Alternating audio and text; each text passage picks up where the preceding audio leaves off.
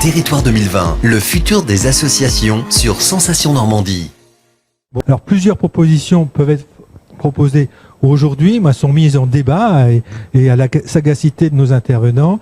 À propos des associations, premier acteur des territoires, un acteur des territoires, est-ce qu'elles doivent proposer de nouvelles missions mieux ciblées?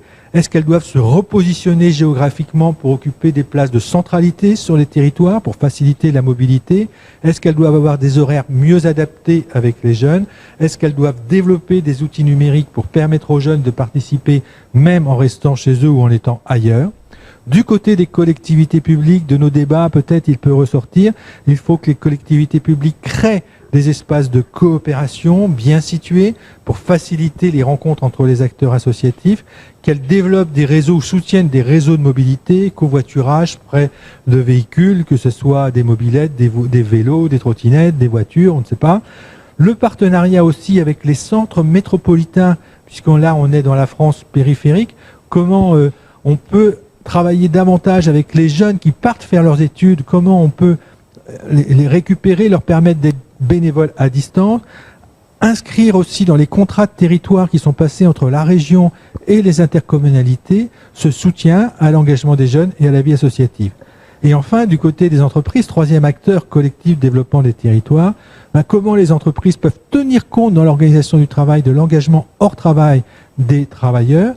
Et puis aussi, bien sûr, un thème qui est complètement à la mode et sur lequel la France est sous-dimensionnée, c'est le mécénat, qu'il soit financé ou de compétences. Donc j'ai envie de me retourner peut-être d'abord vers Madame Gossin.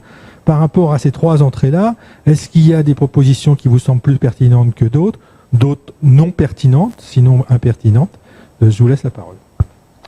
Merci Philippe. Lorsque le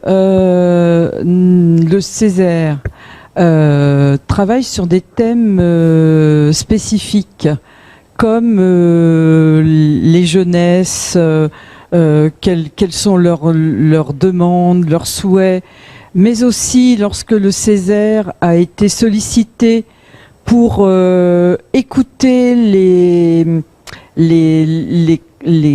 demandes et les expressions des personnes au moment du grand débat introduit à la suite de la mobilisation des Gilets jaunes, des jeunes se sont exprimés et aussi ont évoqué un certain nombre de sujets.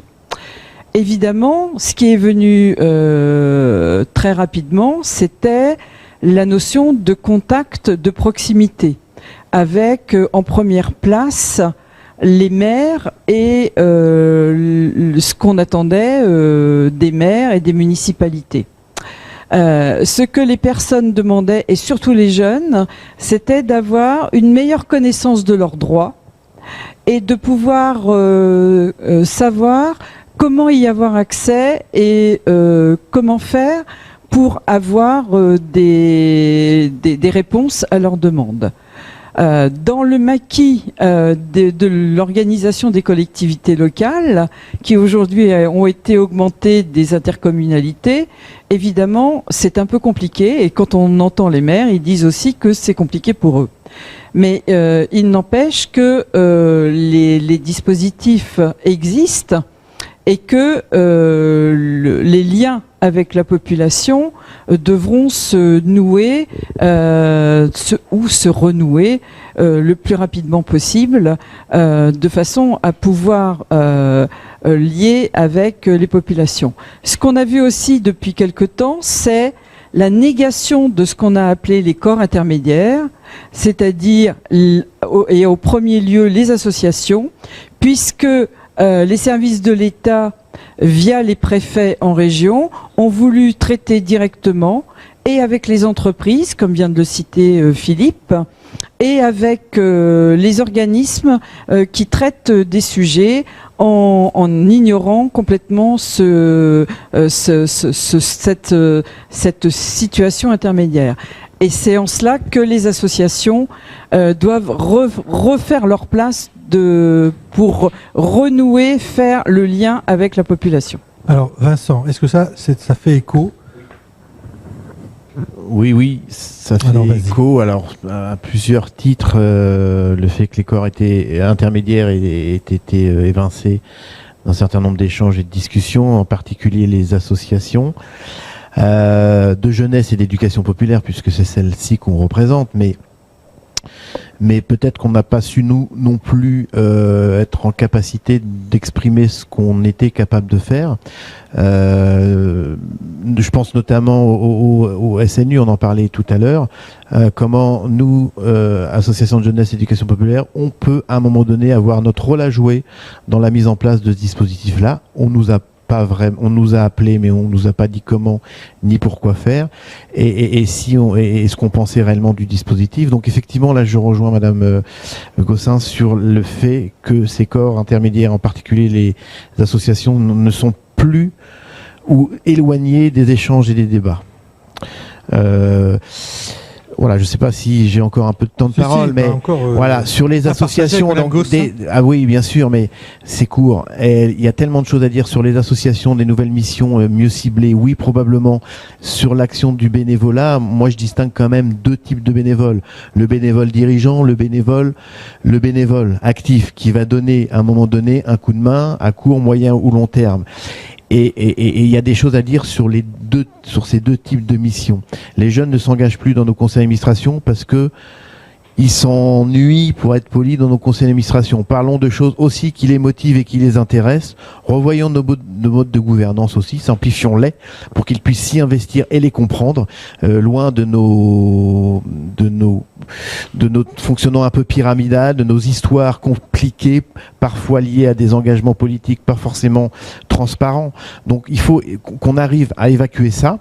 De nouvelles missions, mais des nouvelles manières de faire. Des nouvelles manières de faire. Et des nouvelles missions, je sais pas. En tout cas, sur d'autres territoires, oui, mutualiser sans doute. Aller vers, tu parlais de repositionnement géographique probablement, ce qui voudrait dire que des structures de plus en plus seraient intercommunales. En tout cas, une envergure intercommunale, mais pas que dans les faits, dans la partie administrative, gestion, mutualisation de moyens. Et développer l'outil numérique très probablement. Voilà pour l'essentiel ce que je voulais dire, mais il y avait d'autres choses aussi. On y reviendra, oui. On a encore une séance, encore un mag. Après, nous pourrons y revenir. Madame Gossin, est-ce que, pour rebondir sur ce que dit Vincent, peut-être Oui, c'est tout à fait intéressant quand vous dites que vous repensez vos missions et vous repensez ce qui est écrit là, ce que Philippe nous a évoqué sur des horaires mieux adaptés. Là, en l'occurrence, il s'agit des jeunes, mais la question, elle est vraiment là. Les modes de vie ont changé. Et les modes de vie changent en moins de 10 ans. Autrefois, on parlait d'une génération. Après, on a parlé des décennies, les années 90, etc. Aujourd'hui, c'est moins d'une décennie. Et les jeunes sont de plus en plus réactifs. Et donc, c'est comment apporter des réponses qui soient visibles par tous à ce désir d'aller, même si on ne le souhaite pas, d'aller de plus en plus vite. Oui.